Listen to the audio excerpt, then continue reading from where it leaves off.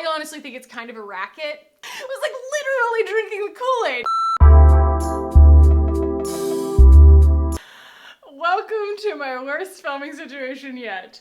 Quite possibly since the beginning of my channel. Guys, my office is being redone right now, and it is in disrepair to say the least. And I'm really not sure that this is much of an improvement. I'm filming in my upstairs living room right now. That room's gonna be beautiful in like a week, but right now, it is unusable, so here we are. What's up, guys? Welcome back. So today is the culmination of my 30-day Goop challenge that I basically made up based on an article on Goop called How to Get Glowing Skin. Don't at me about Goop and Gwyneth Paltrow. These are products that basically are backed by Juice Beauty. I mean, this is not stickers on my body that are like balancing my chakras and preventing cancer or anything. This is not, you know, designed to be pseudoscience. This is just a series of peels and supplements and things like that that I decided to try after I got done with my honeymoon, because my honeymoon, oh boy. I mean, I went all across the south of France and everything. I just like drank wine like it was going out of style. And so I just needed something to kind of get back on track, detox my skin, all of that when I got back. So I kind of adapted this particular blog post as a challenge for myself. The Goop Glow routine that I did for 30 days consists of their Goop Glow Morning Skin Super Powder, the once a week Goop Glow Glycolic Overnight Glow Peel, a dry brush, which I have right here, first time dry brushing, the Goop by Juice Beauty Exfoliating Instant Facial, this bad boy, vitamin C facial oil. Some of these things I was already doing, but this is their design for the perfect glowing skin situation. And also non-toxic self-tanner. And then it just gets into like makeup and stuff, which is not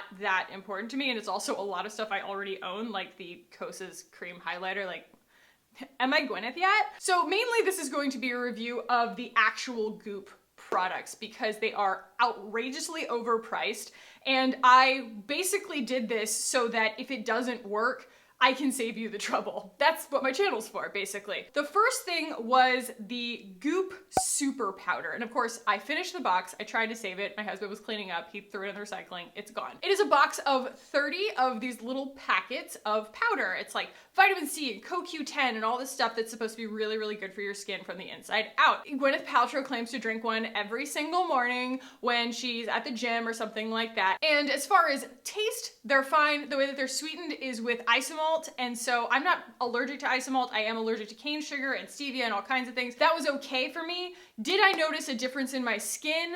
Honestly, maybe, but like not enough to drink $2 worth of Tang every morning, you know? It was kind of a dumb part of my routine. It wasn't fun, it wasn't a pleasure, it didn't really feel like it was enriching my life, it didn't feel nutritious, it just kind of felt like I was honestly drinking the Kool-Aid. It was like literally drinking the Kool-Aid, you guys, I just realized that. So yeah, for $60 a box? Really? Really, Gwyneth Paltrow? No, you don't need a box of drink powder for $60. Plus the amount of waste, they're individually packaged. Put it in a powder container that I can scoop out of, something, but like putting it in these individual foil packets, girl, bye. The next thing is the gloop. The next thing really is the gloop, isn't it? I'm gonna make myself laugh. So the next thing is the kind of combination of the two Goop peeling situations, right? You have the overnight glycolic glow pads that you're supposed to do once a week. And then they also recommend using this, the exfoliating instant facial, 2 to 3 times a week. Guys, that is 4 days out of 7 of your week that she wants you to be chemically exfoliating your face. Now, there are obviously different chemical exfoliants and different strengths of them, and sometimes it's okay to use them every single day because they're like low key and they're not that strong. That's not the case with these. This thing will blow your mind. It is pretty intense, and what's even more intense is the freaking glow pads. Those things are insane. The main reason that I did this was because I came back from my honeymoon with a lot of melasma. We had gone to the Monte Carlo Tennis Masters. I had been walking around outside a lot, and I was wearing sunscreen, but honestly I wasn't reapplying it enough, and my skin is very sensitive to the sun in the sense that it just will get hormonal dark spots, also known as melasma. I have before pictures, and I am not really wearing any like concealery makeup over the spots that I get melasma on my face right now. I have brows on, I have some blush on, but the places where I have melasma, which is like my melasma stash, I got a brand new one right here when I came back from my honeymoon, and then I also had this really fantastic spot right here, which those two are new and fancy, and we love them. I wanted to see if I could, in a month of following this routine, fade my melasma as much or even close to as much as just going and getting one chemical peel, like a real VI peel at my dermatologist. I pay up front for those for the whole year. I basically schedule myself 3 and I pace them out through the year. So I'm gonna get one anyway. In fact, I was scheduled to get one yesterday, but I didn't end up going in for it because it's Memorial Day weekend and I was like, there's no way I'm gonna be staying out of the sun, so I just skipped it, but it will happen soon. And I guess that's kind of a spoiler on this because for the amount of stress that these things put my skin through, they're not gonna solve melasma. They don't promise that they're going to solve melasma. I don't think that that's necessarily like a bad thing to admit that they don't solve melasma. They're not going to give you that level of appeal, but they do peel the daylights out of your skin. In fact, one of you guys commented recently, I said something about my skin being more sensitive recently to products that I had used in the past, and she said maybe you're using too many chemical exfoliants and as a result you have lost your moisture barrier temporarily, and so your skin is just a little bit more vulnerable. And I was like, sounds about right. And I think that it is, as I'm seeing this, because I have really tough skin, right? I have always been able to use, for example, Sunday Really Good Jeans, like every single day. I don't use it anymore, but when I was using it, I could use it every single day. I have tough skin. It's a tough broad. That said, even me being at the far end of the spectrum in terms of like resilience against this kind of stuff, I definitely think that it is too much to peel that often for that long. I started the first week doing the glow peel on a Tuesday, and I did it every Tuesday subsequently for 4 weeks, like the actual overnight. It's this pad that's soaked in this solution. You use the soft side on your face and you use the rough side on your neck and your chest, and it exfoliates you, and it is, you know, supposed to be basically like a fruit extracts and glycolic based chemical peel for you at home. And it is not playing. Guys, it's definitely uncomfortable. The second time I did it, got it too close to my mouth and I like cracked the sides of my mouth. Like, it's not playing. Don't put it around your eyes. It does not feel good. But I did that, and then I tried to use the, what is it called? The instant facial 2 days that week as well. So it was like I did that on a Tuesday, and then I did these on like a Friday and a Sunday or something. Still too much peeling. I ended up using this maybe once a week, maybe. And I honestly just noticed that my skin got irritated and it kind of broke out more. Honestly, I bet a lot of you guys are cringing right now. I bet a lot of you are like, that's horrible advice. You shouldn't have done that. And I listened to my skin the entire time. Like, don't worry about it. And plus, I have more skincare than God. And so when it comes to my skin feeling stressed out, looking stressed out, any way like that, I have so many remedies. And one of the biggest remedies is just time. And so on the 4th week, I really didn't even want to use the glow pad. I waited, I think, until like the Friday. So I gave it probably 10 days between the 2 peels, but they do suggest using it weekly. And I don't think that that's a good idea. Your skin just doesn't have a chance to recover. And so I'm not saying that they don't work. They absolutely work. In fact, I think that they're too strong to be using every single week. If you buy a pack of them, which also I'm a little ticked. I haven't looked at the website today, but I was talking to my sister about it because she just deals with kind of big pores and a lot of kind of clogging and stuff. She doesn't have melasma and stuff like that. She got the melanin in the family. It's not really fair. But I was telling her, I do think that the GOOPGLOW peel pads would actually really work for her because she's not trying to solve something like hyperpigmentation the way that I am. But she saw that on site, they basically only have a pack of, I don't know how many, but it's $120. Like, come on. I ordered a box of 4 and that was still pretty expensive, but I'm not telling you to go out and buy whatever that size, but it's probably 12 of them. It's probably like a 3-month supply or something for $120.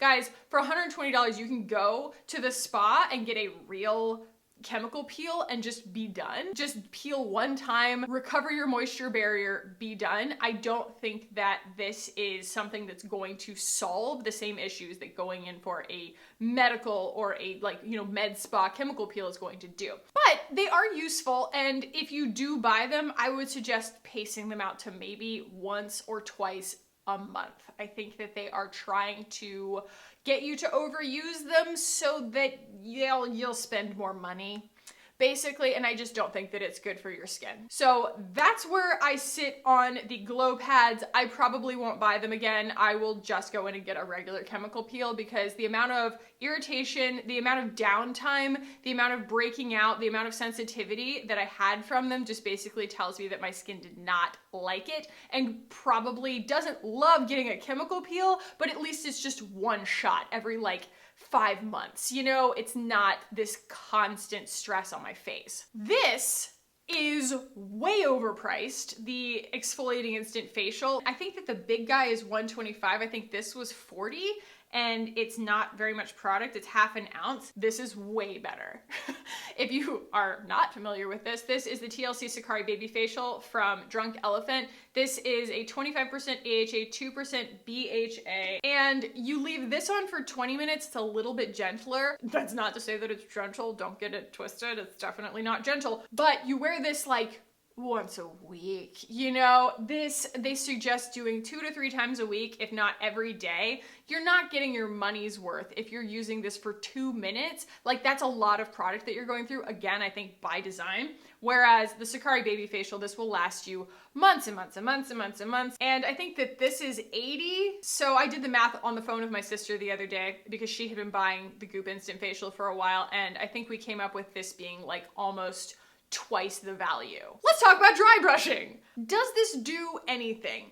Actually, I think that it does. I am not sure about the whole brushing your circulation towards your heart thing. I don't think that it could hurt. The idea of a dry brush is that you're supposed to do this right before the water hits your skin. I will admit, I was listening to the Goop podcast when I was on a flight, and she interviewed Brene Brown, and Brene Brown was raving about this, and I had already bought it, and I was really excited to try it, so I was just pumped that Brene Brown also uses the Goop dry brush. Celebrities, they're just like us. This is a very delightful feeling. If you're the kind of person who likes being scratched, my favorite part of getting a pedicure is the exfoliating salts, the sugar scrub, when they just scrub your legs.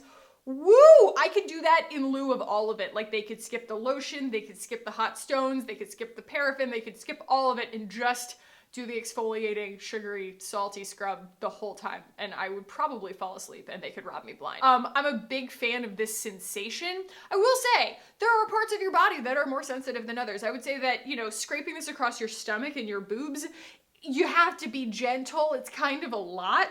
And also when you're cold, it's not that pleasant. But on my legs, where honestly that skin is so gnarly, it's like alligator skin. I've noticed a pretty big difference there. And I feel like it's been more long-term nourishment coming from the oils that I'm putting on my skin, the lotion that I'm putting on my skin lately. I feel like it just wakes your body up. It wakes your skin up before you go and take a shower or something. And there's something to be said for that. I don't really know of another way. I can't really think of another way to wake your whole body up in preparation for taking a shower or for putting on lotion or whatever. And it's better than using a scrub all over your body, because those kinds of things can be really irritating. But I do think that this is cool. It's not crazy overpriced. And I need to learn how to clean it, because it's starting to smell like human after a month, and I don't really like that. I don't use it after I work out though. That would be really nasty. There's something about dry brushing sweaty skin that I don't know about that. So I don't do this every single time I shower, but if I'm dry before I get in the shower, I will dry brush. And I think that this is really cool. I highly recommend dry brushing. It doesn't have to be the Goop dry brush, but I think that it's cool. So as far as vitamin C is concerned, a lot of you guys have had opinions, and that's awesome. I really appreciate you guys. I don't say it enough. Maybe I do say it enough. Vitamin C is something that can make us photosensitive, and Goop does suggest using it in the morning, which is confusing. And also, this right here is the C Firma Day Serum from Drunk Elephant, and it is a vitamin C serum. I mean, I'm getting an endorsement from a brand that I trust telling me to use vitamin C as a day serum. I mean, that doesn't mean you have to use it as a day serum, but These are the two that I've been using the most. Well, actually, no, there's also the Glossier, but I moved locations and I accidentally left it in the other room. But that's the very cost-effective solution. I'm still working my way through the Tatcha Violet C Brightening Serum and also this from the Littles, the Drunk Elephant. Honestly, I prefer this guy. I don't know why. I think I can like feel it making more of a difference. It's not as watery. The Tatcha is super watery, so when you put it on your skin, you're like, I don't know, is this just a feel-good product? I have no idea. This smells like a lit match, which is really interesting to me. And there's just something about it where I feel like it's working. I don't know. And I'll use it in the morning, usually with like tons and tons of sunscreen. That said, if you are concerned about photosensitivity, I would suggest only using something like this at night, no matter what Gwyneth Paltrow says. And then as far as moisturizers and facial oils go, I have, been using the Protini Polypeptide Cream for a while now. I'm on my second one. That said, you guys know about that being kind of my, mainstay moisturizer. This is my new oil of choice.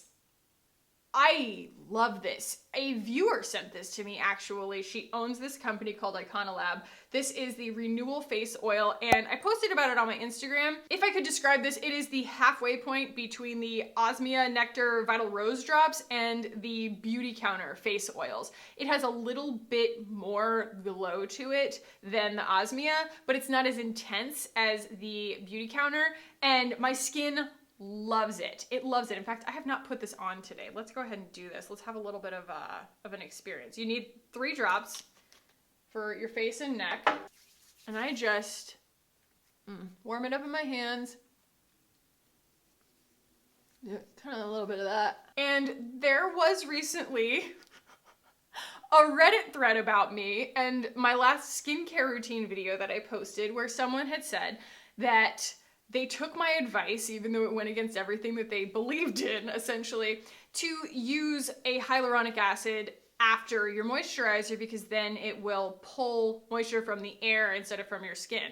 I got that advice from you guys. I didn't invent that. And so I can't necessarily take credit for it, but it does help. It does work. But that aside, that thread helped me discover what is the subreddit Skincare Obsessed, I want to say is what it's called, or Skincare Obsession. And I'm starting to find where people get their information from because there are so many comments that kind of follow the same credos, they kind of follow the same thought processes and logics, and I'm like, where is this information coming from? These people are obviously all reading the same thing. But that's one of them. The Paula's Choice website is another one. That's another one where I constantly hear people just like regurgitating Paula's Choice's like blog posts in my comments, but Skincare Obsessed is definitely one, and they have like an order of operations that they say that you should put your skincare on in, and the last one being your occlusive. And so a lot of people responded to this girl after she said that, putting on her hyaluronic acid after her moisturizer actually really worked, and oh my gosh, this doesn't make any sense. A lot of people commented and said like, that's not that weird. Just make sure that you don't put it on after an occlusive. The idea being that an oil is going to keep you from absorbing more nutrients and things like that. And so a lot of you guys got on me because one of the first things that I use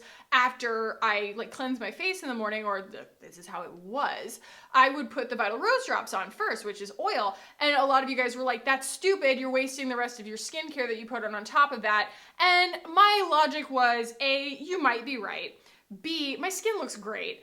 C, I put all of my skincare on so quickly most of the time. Like I don't give it like 10 minutes to like soak in or anything. I'm just kind of lazy about it. So it might as well be all mixed in my palm, rubbed together, and then rubbed on my face in a lot of ways. And so I'm not sure that like that order of operations really applies as much as people say that it does. I did change my routine.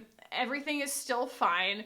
And the reason that I started doing that actually was because the instructions on this right here from Drunk Elephant, they actually provide you a little vial of their marula oil when you buy this, because they're like, after you use this, you should just replenish with marula oil. And so I was like, well, when my skin is dry, I think the first thing I should do is let it drink up something that's going to bring it back up to equilibrium in terms of my moisture barrier and things like that. So that was the logic behind putting an oil on my face first.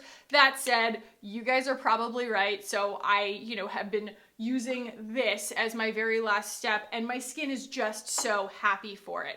Like I said, this whole routine that I've been trying, I have definitely been peeling too much, and I did break out quite a bit. And so I have been trying to be extra, extra kind to my skin, but I will say that that has been one of the biggest nourishing, relaxing calming things for my skin that I have noticed such a big difference from is like, you know, you can heal a zit, but there'll still be like red stuff and everything. And there's something to be said for knowing that you have products that you can count on that will calm your skin back down when it's irritated, when it's inflamed. And that is definitely one of those products. My skin really loves rose, and one of the biggest ingredients in that is rose. So that's been my oil lately. And the last thing before she talks about makeup, which is all makeup that we just use on my channel, you know, it's like the RMS brightener and things like that, is tanning. I think that a self-tan really does go a long way. It really helps me with my like body dysmorphia. I've talked about this in the past, especially right before my period when I don't recognize my body. It's doing things that I don't agree with no matter what I eat or what I do. And I honestly am so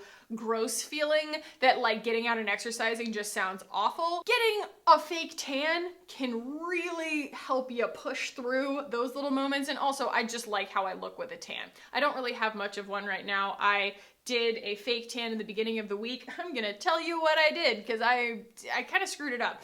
So I watched Leanne's video about self-tanning, which is brilliant and you should all watch it. But she uses the Saint-Tropez 3-hour express. You can put it on for 1 hour and you get a pretty good tan, or 3 hours and you get a really dark tan. And then after that, it doesn't keep tanning you. You can leave it on all day and it won't cure past the 3-hour mark. I thought that that was what I was buying. I pulled a typical, you know, Amazon purchase where I was just like, that seems right, add to cart.